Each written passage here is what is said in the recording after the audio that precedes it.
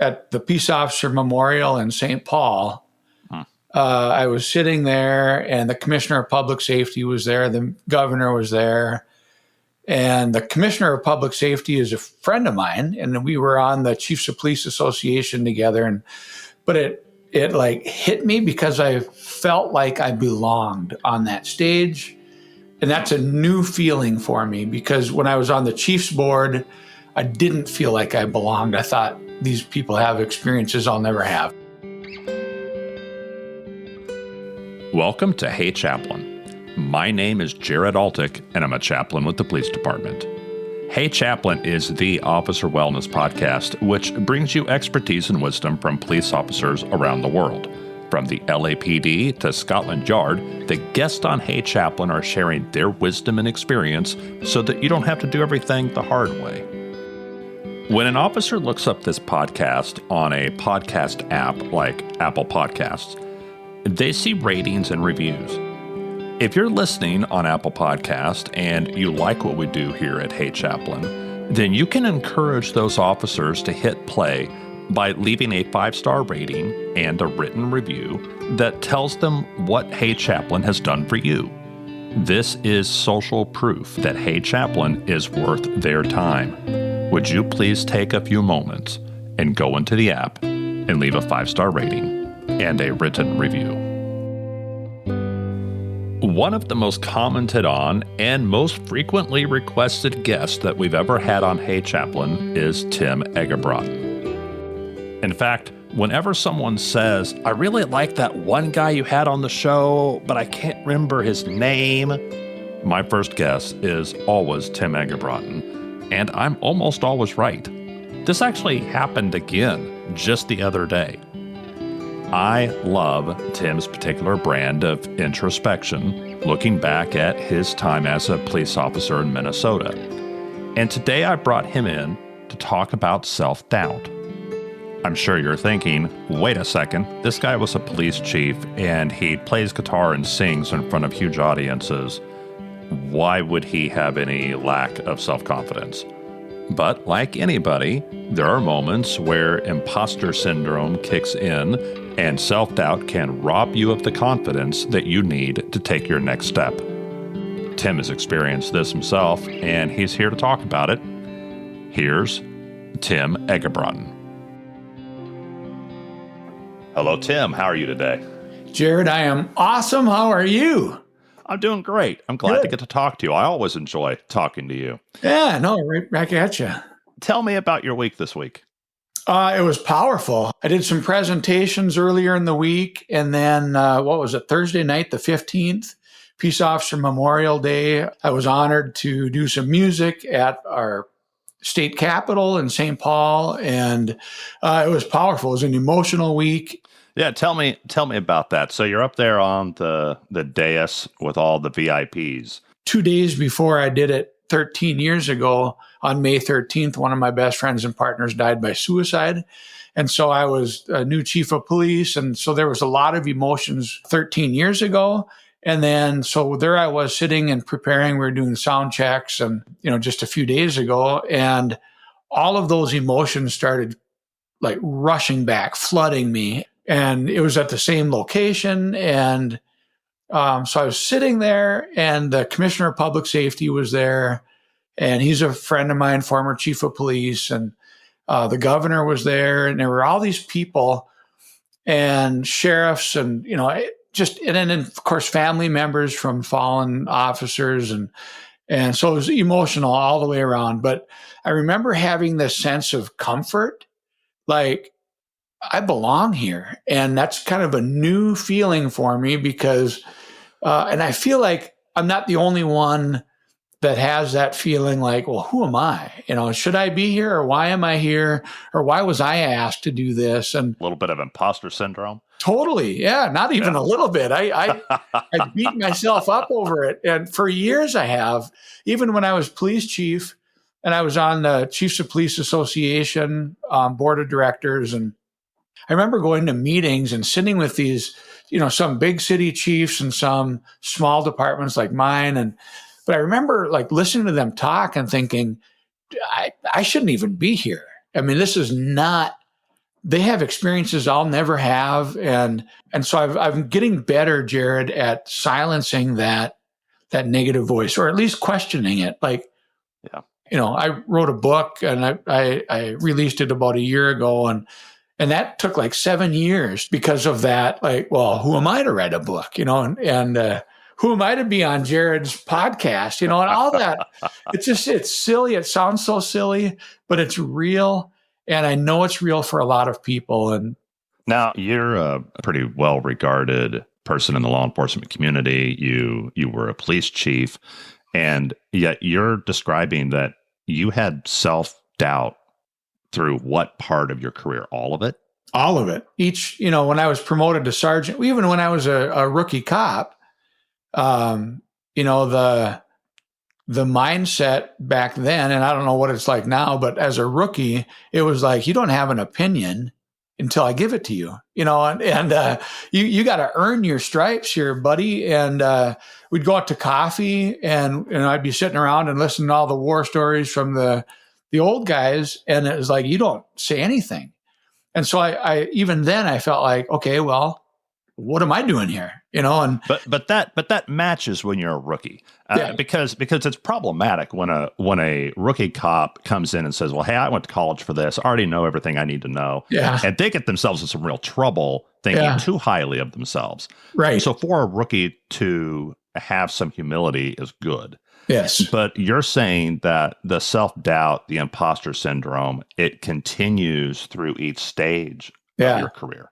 I'm glad you brought that humility piece into it, because somewhere there's a balance, where that hanging your head and saying, I'm not worthy, that's one far end of the spectrum. And then the other end is that, I got it figured out. I'm the best thing since sliced bread. And so somewhere in between that, there's a nice balance. And I feel like I'm finally striking that balance in my life. And it takes work. It takes a lot of like introspection and saying and being honest with yourself that, I don't have it all figured out, but I'm surrounding myself with people that appear to have it figured out. And the reality is, Jared, is that probably nobody has it figured out. What's the difference then between a good, healthy amount of humility and the creeping self-doubt that you obviously feel is problematic? I mean, you obviously feel like self-doubt can really rob you of things. So what's the difference between humility and self-doubt? You and I are people of faith. And so I recognize that we've all been given gifts. And how do we use those gifts? But it's not me. It has nothing to do with me. When I'm thinking about me, Tim Eggebraaten, and I get nervous about singing or doing something, then that's where the problems come in, because it's like, well, who am I? But then when you flip that around and say, well, why not me? I've been given gifts. I've been given a platform. Not everybody's comfortable about speaking in front of groups of people or singing or whatever, but we've all been given something. But identifying that is huge. And then once you do that, once you identify it and recognize that it's not yours to keep, just to keep huddled up close to yourself, you still have that humility, but then it becomes more of a purpose. Yeah. When my book came out, like 3 days later, I was like almost physically sick.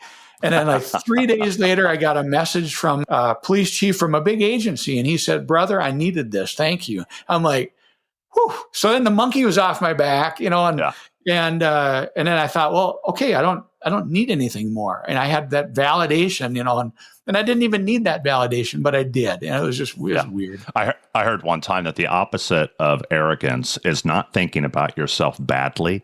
It's just not thinking about yourself so much at all. Mm-hmm. We get so fixated on how do I feel, and do I feel the right thing, and am I doing the right thing, and am I, we're so obsessed with maybe perfectionism. Yeah. And getting things exactly right, because we don't want to get in trouble, and we want to be successful. We're just a little too focused on ourselves. And I like what you said about having gifts and purpose, and thinking more in terms of how can I serve others? Then you take the spotlight off yourself a little bit.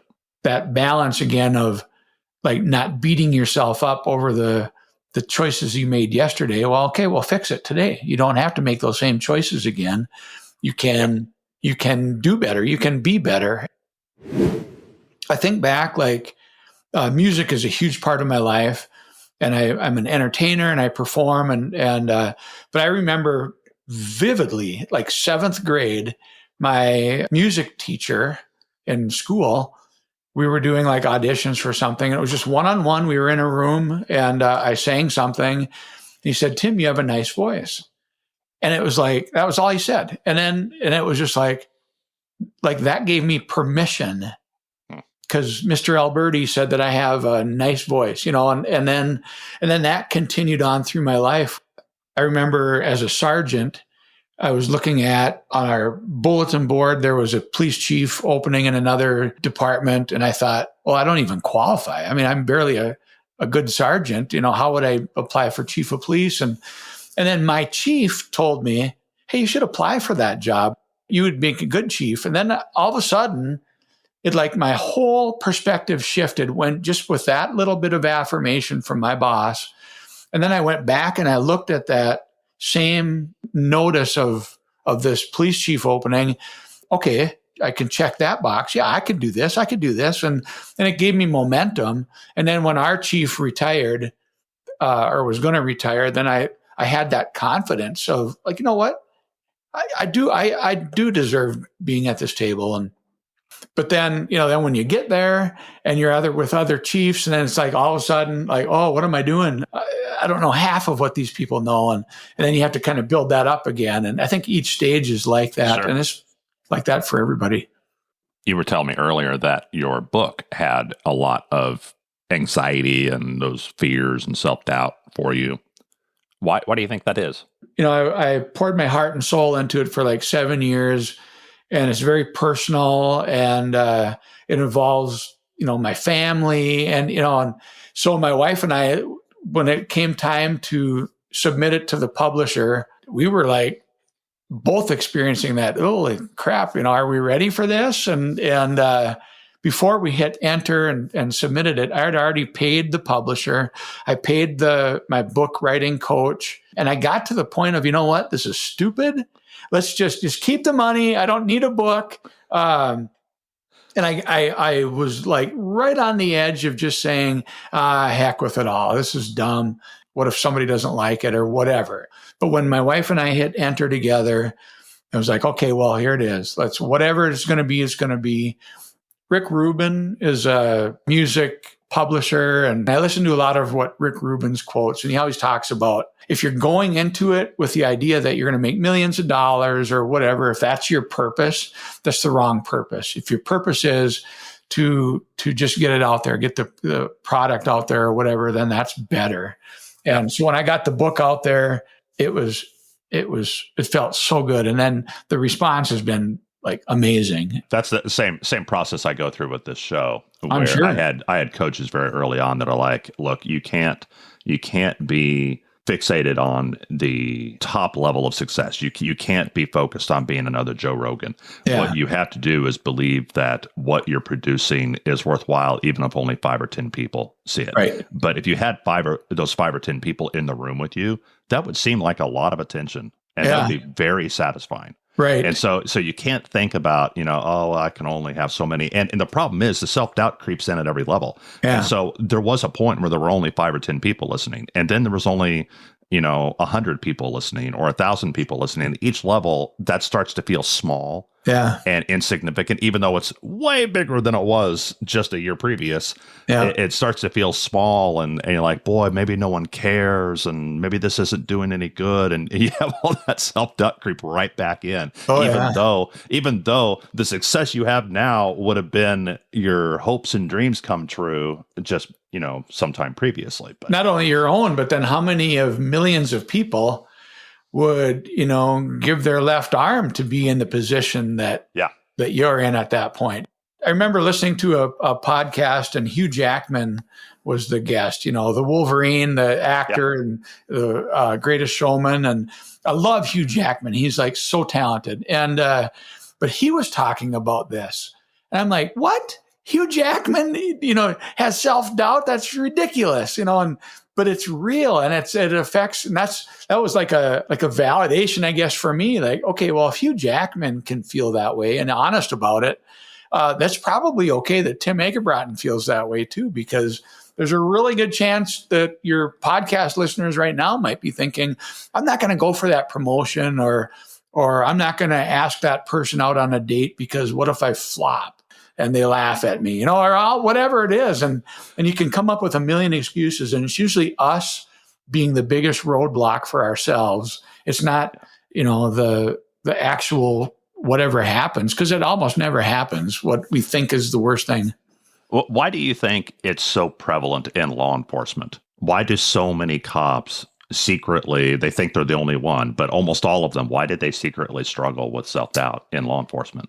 I think part of it's probably because of the pressure that's of the job. If you make a wrong decision or a decision one way or the other, it's got to be a split-second decision, and then you live with the repercussions of that decision. So I think part of that pressure cooker that you're on and under the microscope, and we've always been under a microscope, and it's not any better or worse today, I don't think, but with cameras and everything. So every decision that we make, I think that's a big part of it.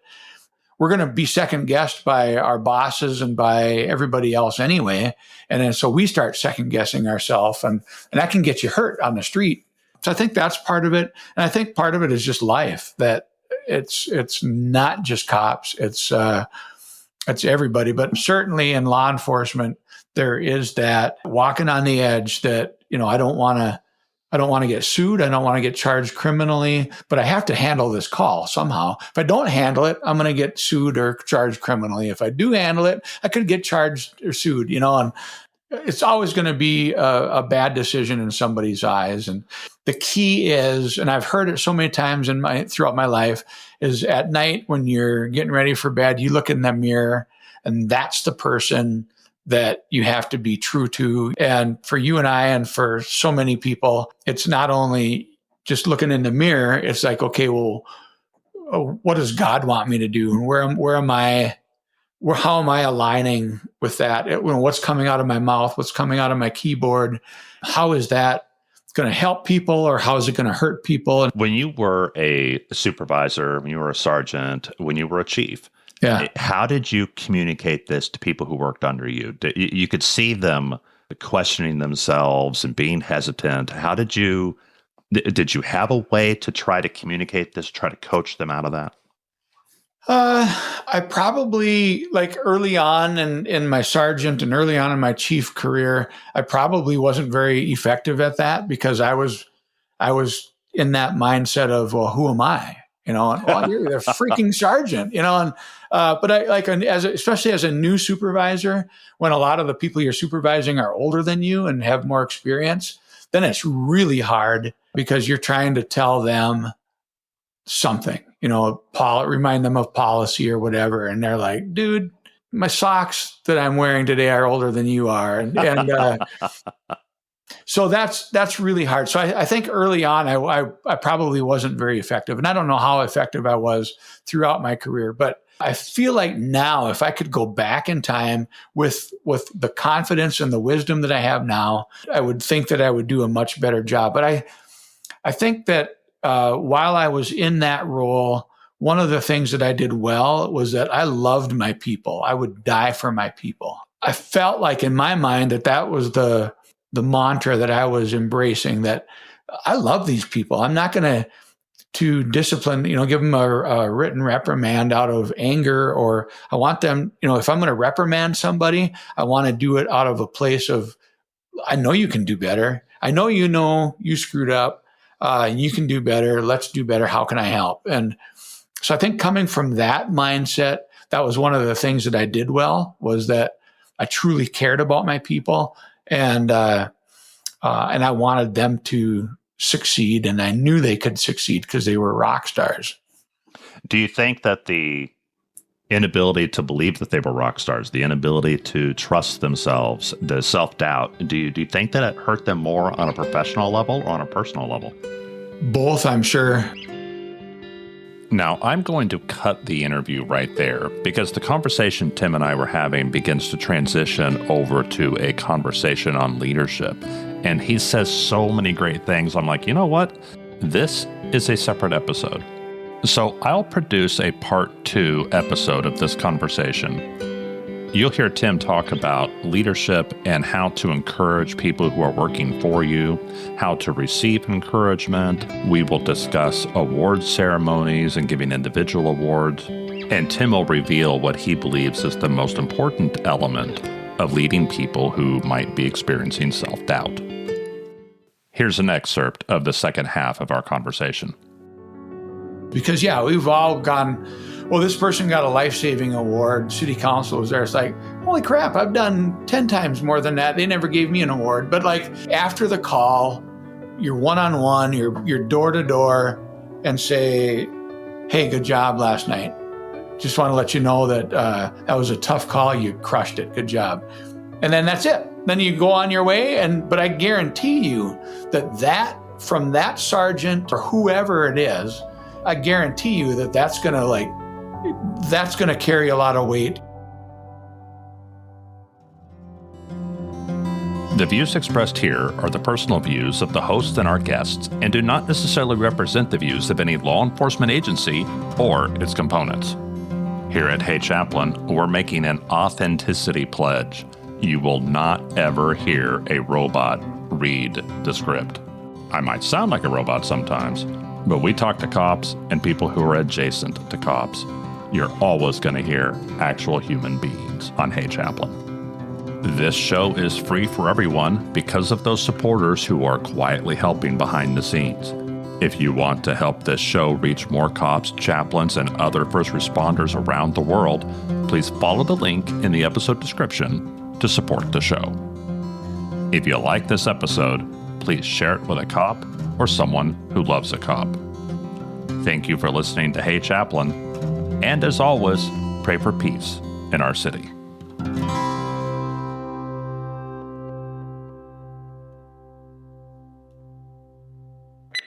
I feel like you can take both sides, and a good leader can use both how do I want to say it? It's not sides, really. Help me out, Tim. Interrupt me.